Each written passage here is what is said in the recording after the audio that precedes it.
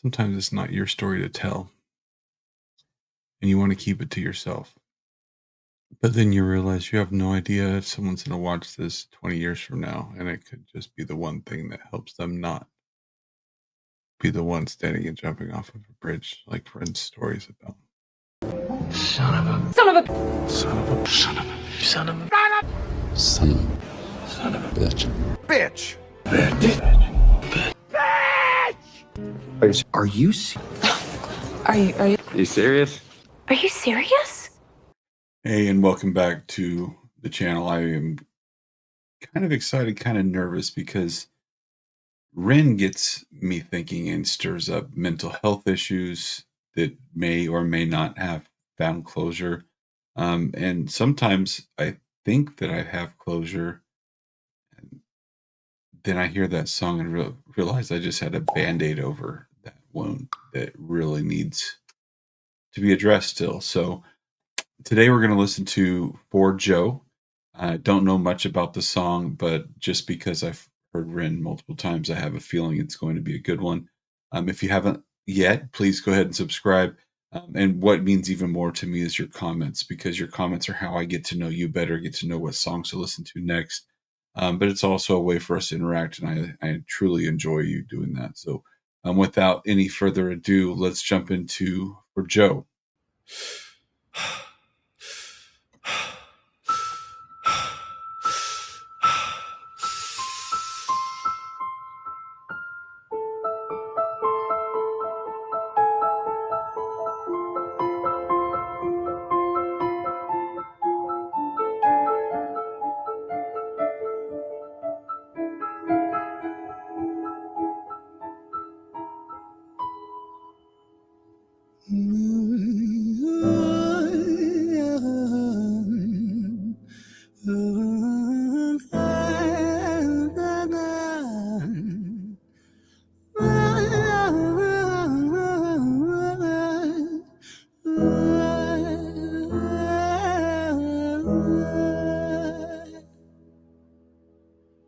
It's hard to take off from the ground when your wings are cut. Your stomach burns when you're drinking from an empty cup.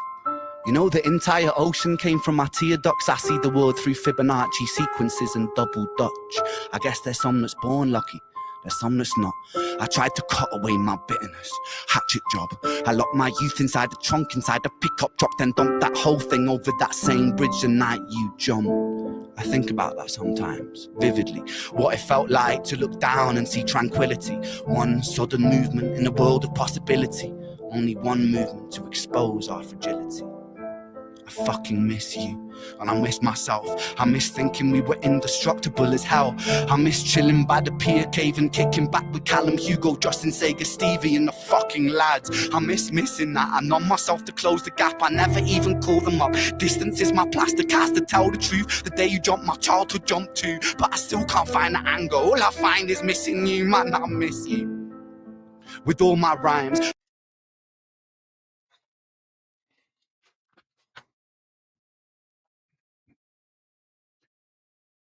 I can't make direct correlation between what he's going through and any life experience I have. I don't have any friends that have jumped.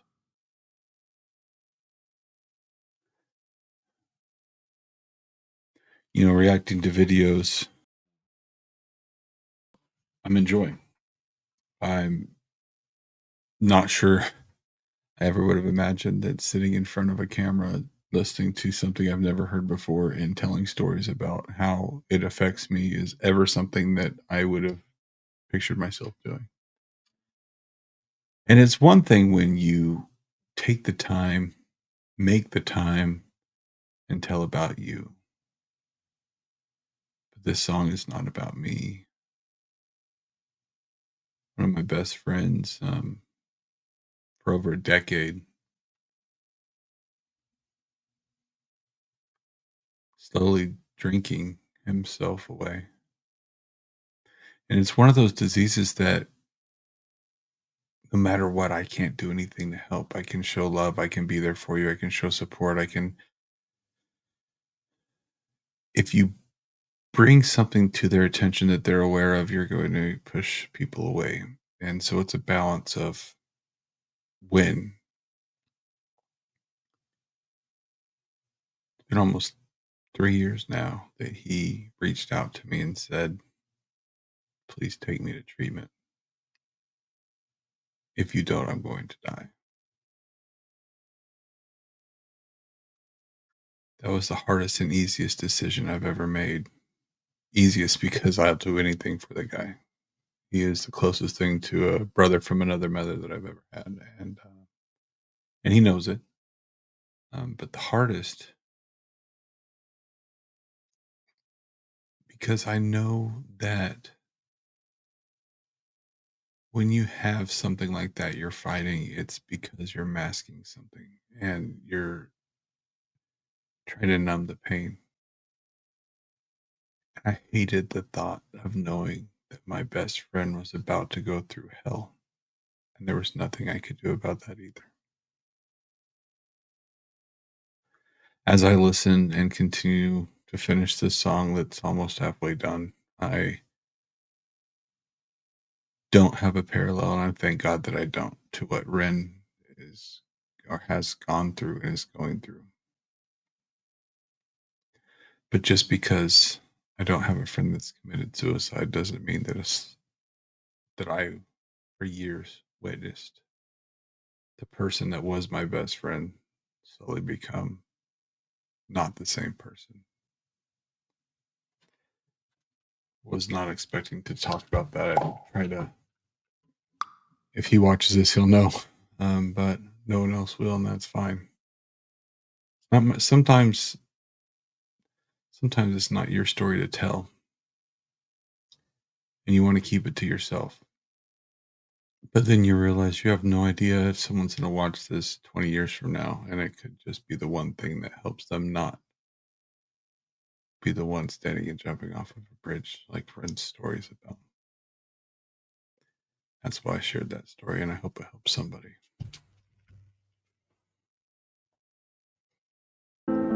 With all my rhymes, I picture running 5 minutes quicker, I'm right on time. I picture pulling you back over the edge and then we're crying, and holding you, my brother, and telling you that it's fine, not the way that it worked. I was late like a jerk, there's not a day where I can find a way to break from the hurt. Your body missing, so we never got to wave to the hearse. I hope you're listening, I love you, man, I miss you, absurd, fuck.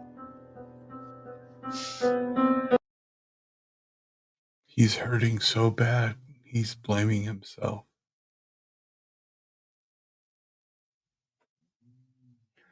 Why is it sometimes that the hardest person to forgive is yourself? Absurd, fuck.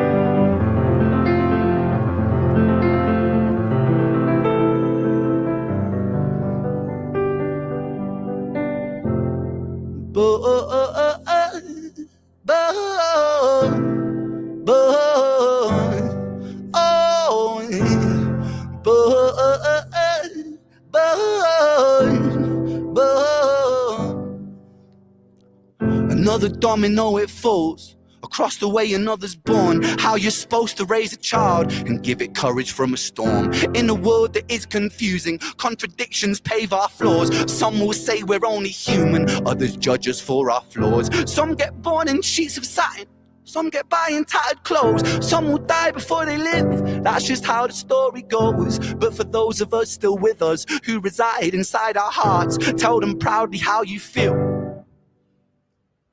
And for those of us who aren't, freckled angels stand strong, freckled angels live on, freckled angels climb higher, freckled angels still inspire, freckled angels won't forget you, teach me to live my life better. 13 years and still I miss you, now my wings are missing feather. Otherwise I'd come and join you, but for now I'm here on earth, stuck inside this mortal body, but for everything it's worth. Made me braver, made me wiser, made me stronger, made me true, made me face the world with courage, and that's all because of you.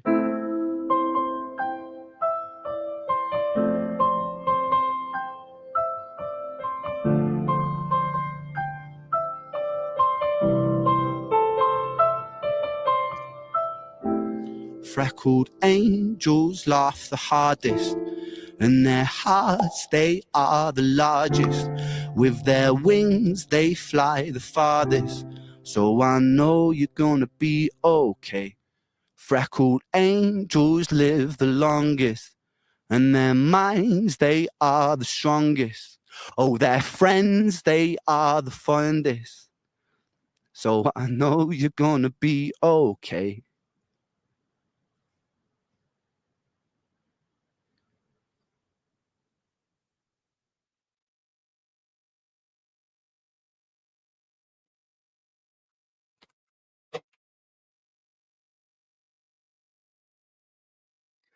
There's a lot going through my head right now. And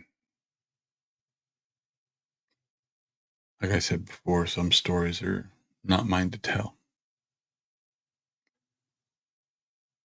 I can tell you this, though. Grew up in a small town in southern Kansas, and there's a lot to do there. And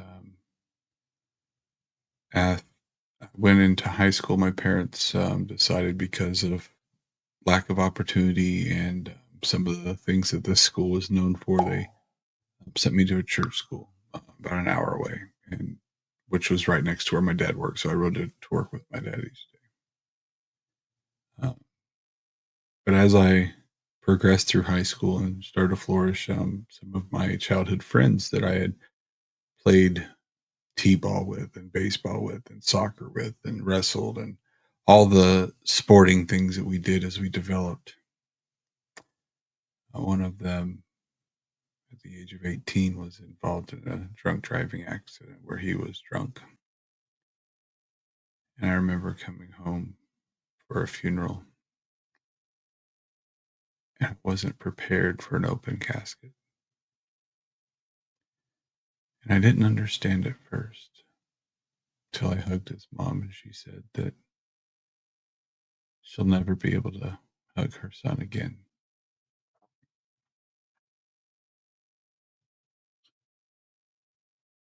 But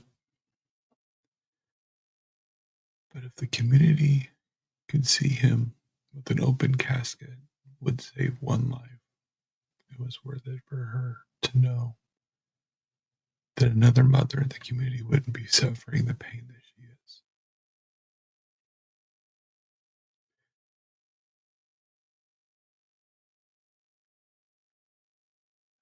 Damn it, Ren. I hate that you lost Joe. I hate that most of us have a Joe out there that we lost.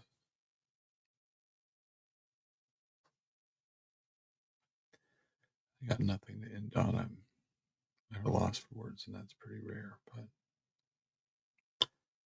I will be saying a prayer for my friend and his mom tonight. Who are you praying for?